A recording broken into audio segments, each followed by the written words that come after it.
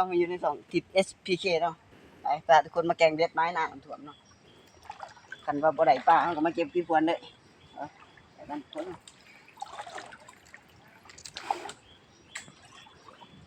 มาเบิ่งเนาะว่าสิมานบ่แม่น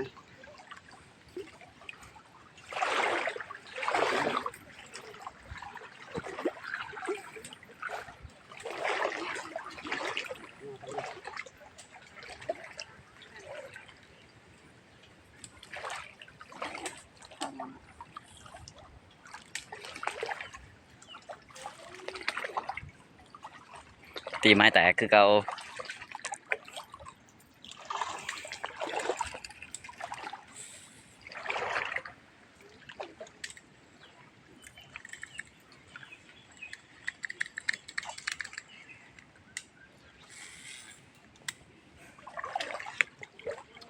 ไว้คันเนี่ยไปถือ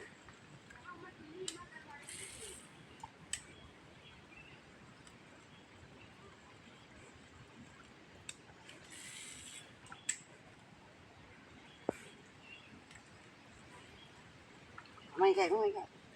ฟังเสียงดอกจนหนักเหรอ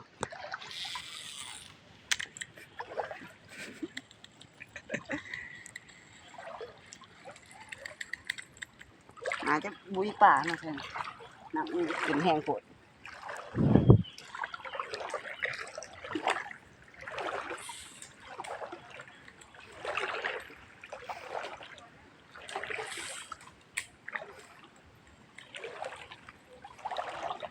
จบคลิปที่โอ้ถ่ายจบกันนึงเนาะเนี่ยเดี๋ยวจะพาทุกคนไปเก็บบุ้ยปวนเนาะเพราะบุ้ยป่าเนี่ยได้นี่จับครับถือคำเป็นนี่จับกล่องเลยไปพาทุกคนมาเก็บพี่ปวนเนาะ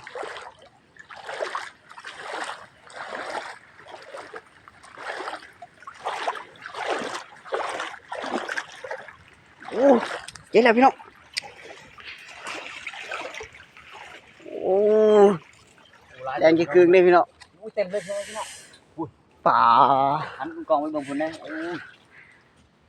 พี่น้องทุกคนมึง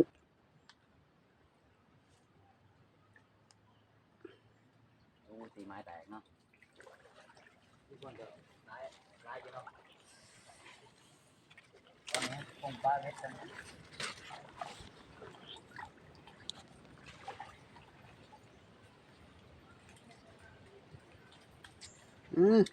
กดบ้านเลยพี่น้อง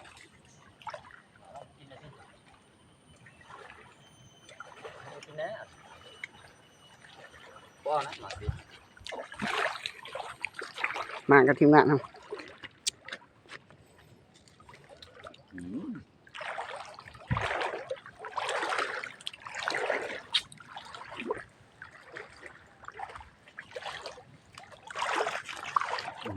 ลองขวดเลย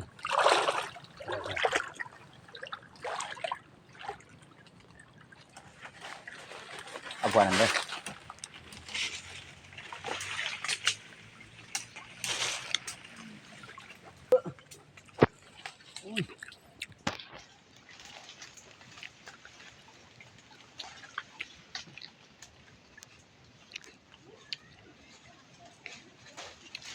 มาสู้กองเลย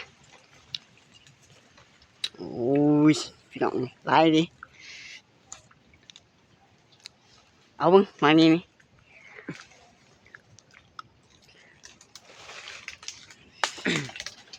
มันนะว่าสิขึ้นได้หรือบ่ได้บ่ต้องจักเนาะ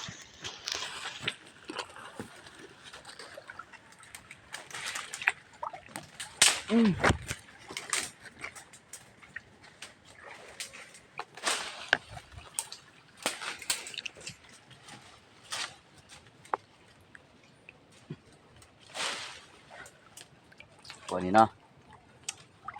ไปเด็ดๆเลยหาต่อน้องเนี่ย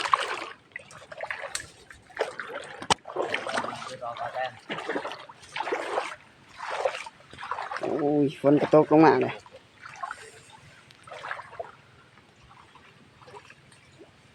บรรยากาศเป็นได้แน่เนาะฝนกระตก ฝนตกเนาะพอจบคลิปเพียงเท่านี้เอาโทรศัพท์มาประกันหนักเนาะ